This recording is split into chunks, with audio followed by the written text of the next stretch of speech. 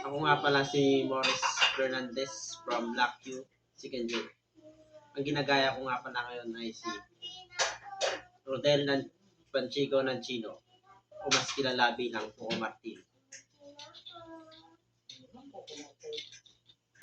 Ang nag-iisang hari ng prime time, Coco Martin.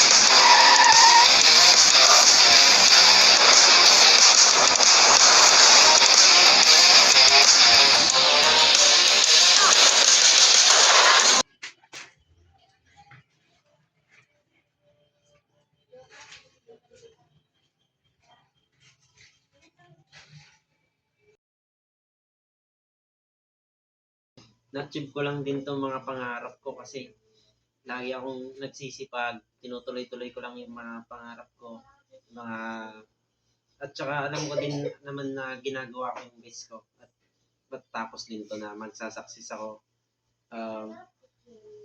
Siguro napaka practical ko lang din na tao kasi lagi kong gusto ko lagi akong may ginagawa at saka ayoko nang parang magtatamad-tamad gano'n. Tsaka yung popularity, hindi ko iniisip yun, hindi ko ninanamnam. Basta para sa akin lang talaga, trabaho lang din, parang dinire-diretso ko lang din hanggang yun, nag-success din naman tayo.